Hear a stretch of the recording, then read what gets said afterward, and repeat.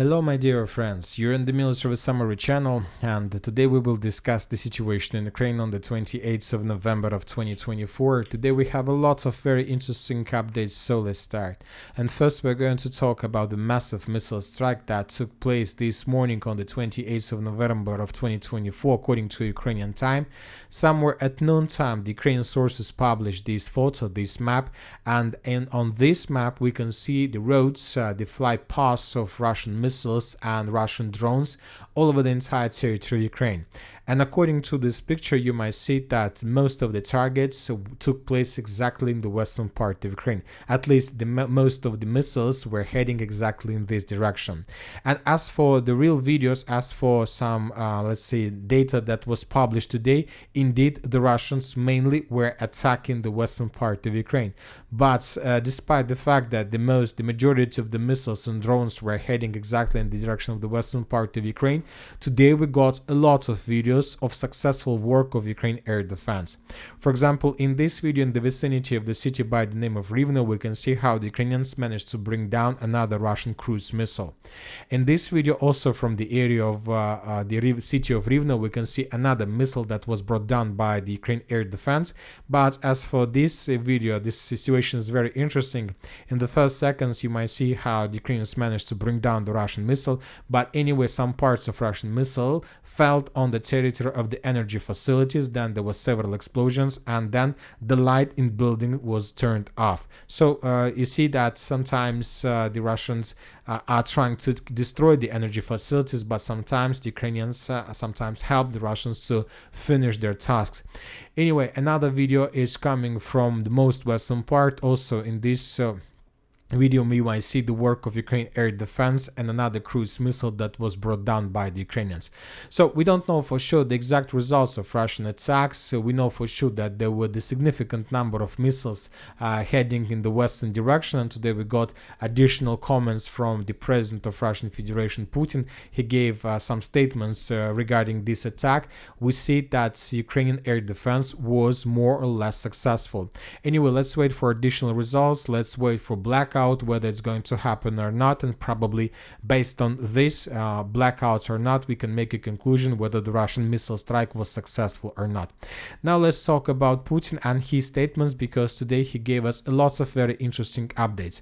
Let's discuss the most important statements that were made by Putin. Russia has repeatedly stated that strikes using Western long-range weapon would mean direct NATO involvement in the conflict. Russia knows how many Western weapons have been supplied to Ukraine and how many are planned to be delivered. Russia produced 10 times more missiles than all NATO countries combined and will increase production by 25%.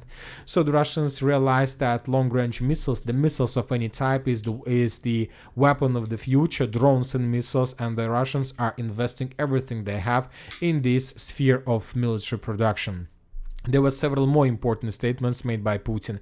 If Ukraine becomes a nuclear power, Russia will use all means of destruction. You know that during the previous several days there were lots of talks that Western countries, so we're talking about the United States of America, was discussing the possibility of sending Ukraine nuclear weapon that Ukraine gave to Russia in the 90s. So something like this.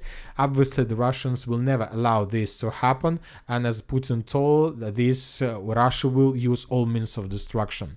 But all these things are very interesting. But when I was watching all these events, all these updates, I asked myself one important question. You know, since the beginning of the use of the Oreshnik missile system, Putin, the president of Russian Federation, told us a lot of times that the Russians have all chances, all possibilities, and the Russians have the right to attack the territory of any NATO country that supply and support Ukraine with long-range missiles. So he stated this several times, and he stated this today. Russia has repeatedly stated that the strikes using Western long-range weapons would mean direct NATO involvement.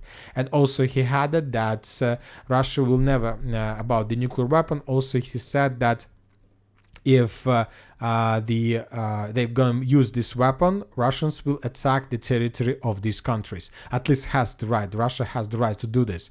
And you know that currently there are just four countries that the Russians may consider as the legitimate target.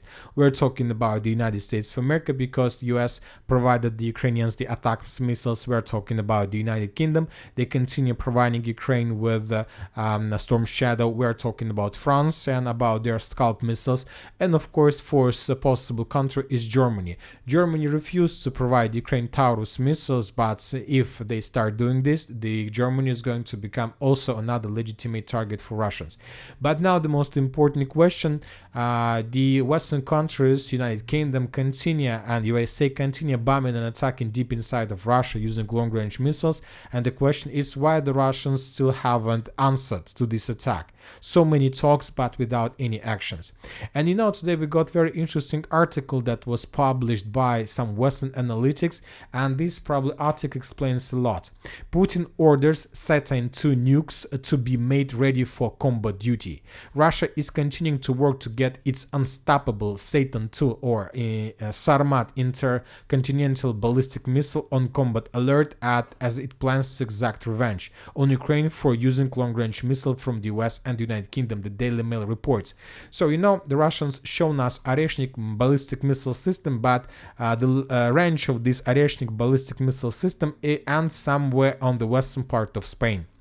So every single part of Europe can be reached by this system. But when talking about the United States of America, currently the Russians don't have missiles, surface-to-surface systems, missiles that can reach the United States of America. Yes, the Russians have. Sorry, I'm wrong. The Russians do have these missile systems, but the modern U.S. air defense system is able to bring almost every single type of Russian missiles down. But the question right now is going about the type of missile system by the name of Sarmat. And we know that since the beginning of this year, the Russians made lots of tests of this missile, but most of them failed. Most of them, the missiles were destroyed in the bunkers, the missiles were destroyed in the flight, and many other different, let's say, consequences of the use and test of this type of weapon. And this is the main purpose. First, the Russians wants to be, Putin himself wants to be on the safe side. He wants to have the missile system, a hypersonic missile system that can reach the borders and the land, the surface of the United States of America, being launched somewhere from territory of Russian Federation. And he wants to be sure that the modern US air defense systems are not able to bring this missile down. As soon as the Russians get this type of weapon, we're talking about Saturn II or Sarmat, then most likely the Russians will attack Ukraine in full strength, and maybe according to the Western analytics, maybe the Russians will attack one of the NATO country. So obviously this might happen very soon and most likely in 2025. Now let's continue and let's discuss additional updates that are coming from the territory of Ukraine. First, let's go to the South Donetsk direction, and first let's talk about the village of Velika Novoselovka. You know, for the first time since the beginning of the battle for this settlement, the Russians haven't provided, as neither the Russians nor the Ukrainians nor neutral sources published any updates that confirm additional progress on the ground. Now it's very difficult to understand what is the reason. Maybe the Ukrainians managed to redeploy additional forces in the Velika Novoselovka with the purpose to stabilize the situation, and they managed to do this. Maybe the Russians stopped because now they're regrouping. As a result of fast lightning attacks during the previous days, they managed to answer the village itself. Now they're just regrouping before advancing further in the west, in the northwestern directions. Now let's talk about the Uspenovka stronghold. Despite the fact that most of the mappers, like pro-Ukrainian and pro-Russian and neutral mappers, colored the villages of Elizavetovka, Ilinka, and Romanovka in Russian favor, there are still very heavy clashes. The Russians continue publishing videos of how they are bombing and attacking the Ukrainian forces on the territory of settlement. The Russians continue publishing the videos of how they're attacking the villages themselves with the use of a significant number of armored vehicles and fighting vehicles and tanks. For example, this is another video that was published by the Russians today, and based on this video we have adjusted this part of Ilinka in Russian favor. As you can see, the Russians are tightening the Ukrainian positions. They're tightening the news around the Ukrainian forces in the vicinity of these bridges and these river crossings. So most likely this upcoming night is going to be the final night for the Ukrainians on the territory of Vilinka, and most likely on the territory of Yelizavetovka. I believe that tomorrow we're going to start receiving the first updates that will confirm almost complete control over this territory, and only tomorrow we will be able to adjust this part of the map in Russian favor. Now let's talk about the city of Kurakhovo. As for this territory, it's still very difficult to understand what exactly is happening in the central part. For example, today the Ukrainians published the video of how they were counterattacking the building that was captured by the Russians. We have the geolocation several days ago of how the Russians landed infantry and captured the 5 blocks building, and now we see the Ukrainians video with Ukrainian infantry in the same area. So which means that the situation in Kurakhovo is very complicated, and I believe that most of the mappers, without just pro-Ukrainians show completely different picture, show almost the same picture that you can see right now in front of your screen, plus minus several blocks. But telling the truth, I believe that this map doesn't correspond with the reality. I believe that the situation in the central part of Kurakhovo is much more complicated, and it more looks like the gray zone or contested area, almost the entire central part. Some buildings under the Russian control, some building under the complete Ukrainian control. It's not something like to the right, to the left, everything under Ukrainians, to the right, everything under the Russians.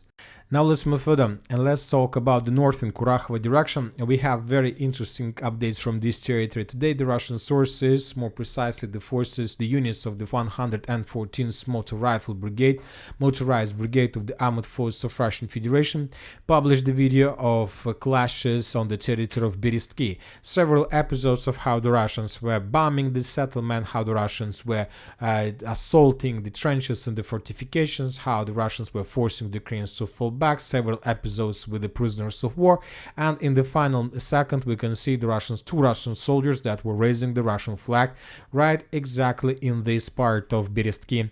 Also during that video there was one episode of how the Russians were storming Ukrainian positions in this point. Based on these two episodes, based on these two icons, we have adjusted the map in Russian favor, not just on the territory of the village by the name of Berestki, but also we have colored the fields to the northeast of this area. So these fields were also colored in Russian favor, because now we don't see how the Ukrainians are able to hold their lines there.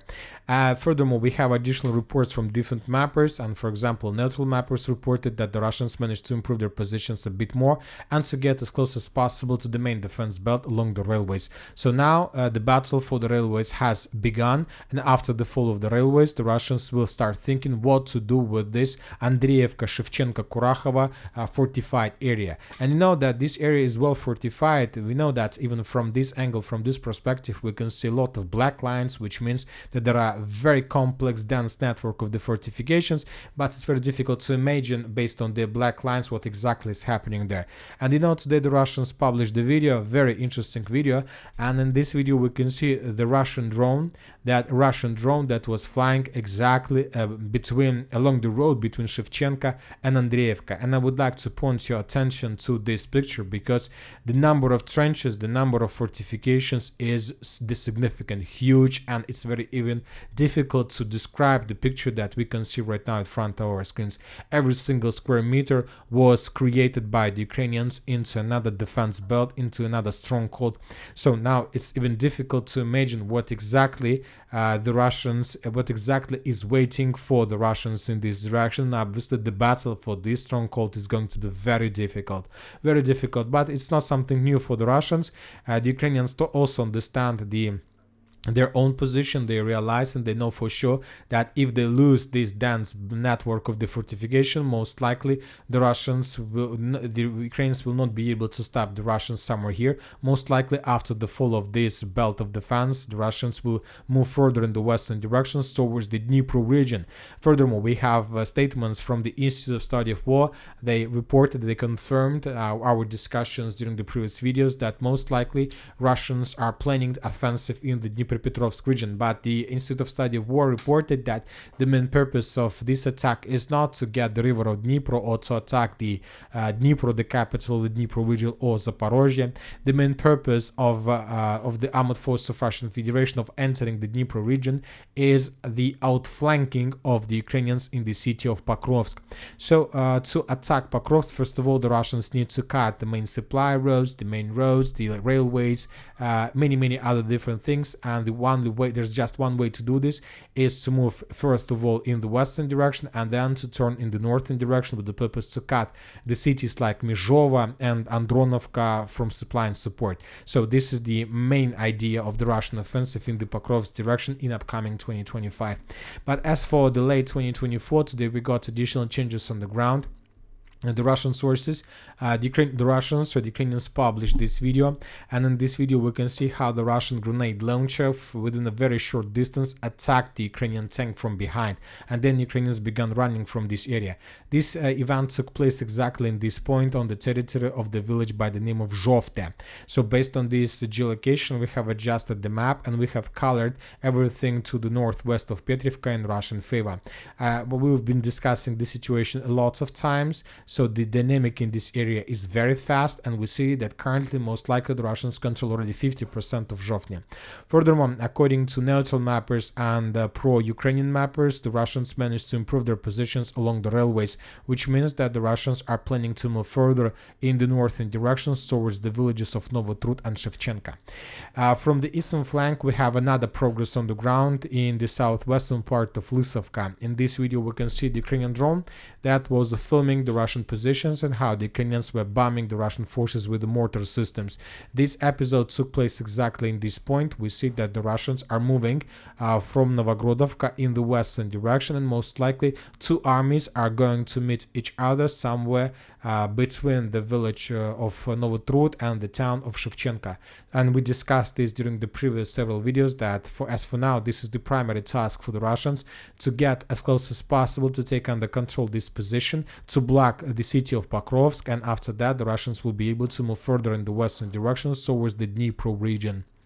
Now let's move further. Let's discuss the city of Toretsk. The situation here is very complicated. Different mappers began changing their maps in Russian favor, but as for the real situation, we haven't received almost anything from this area. The situation is stable. The Ukrainians are regrouping right now around the mine of Central and the mine of Toretsk with the purpose to repel possible Russian upcoming attacks. As for the city of Chasiv Yar, during the previous 24 hours, we got report that the Russians managed to enter the industrial zone, the citadel of the Chasiv Yar, and to take under control several buildings. As for now, we don't know for sure what exactly was captured by the Russians, but maybe tomorrow or the day after tomorrow we're gonna start receiving updates from this part of the front line. As for the Sivers direction, we haven't received anything special, just regular activities. The same story about the southern Kupiansk and about the northern Kupiansk as well.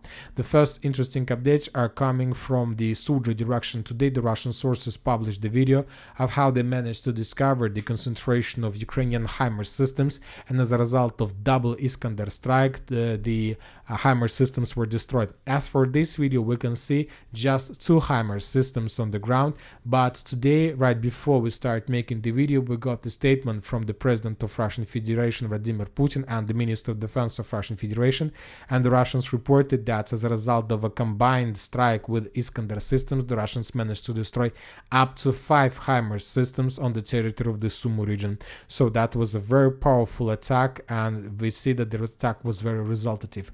As for the Sumy direction itself, the Russians are regrouping right now. Today we got reports from pro-Russian sources that the village of Nizhny Klin was captured and secured by the Russians completely. Today pro-Ukrainian mappers confirmed control over Darina. Now everything is about to be ready to begin the further offensive operation in the direction of Sverdlikova. So the next days the Russians are going to make first attempt to attack this village. If this village of Sverdlikova falls and the Russians take under control this territory, then we can start saying that the battle for Sudzha has begun. And that's it for today. Military Summary channel reminds we condemn any violence in the world. Thank you for watching, subscribe to my channel, put your likes to my Patreon, and have a good day. Bye bye.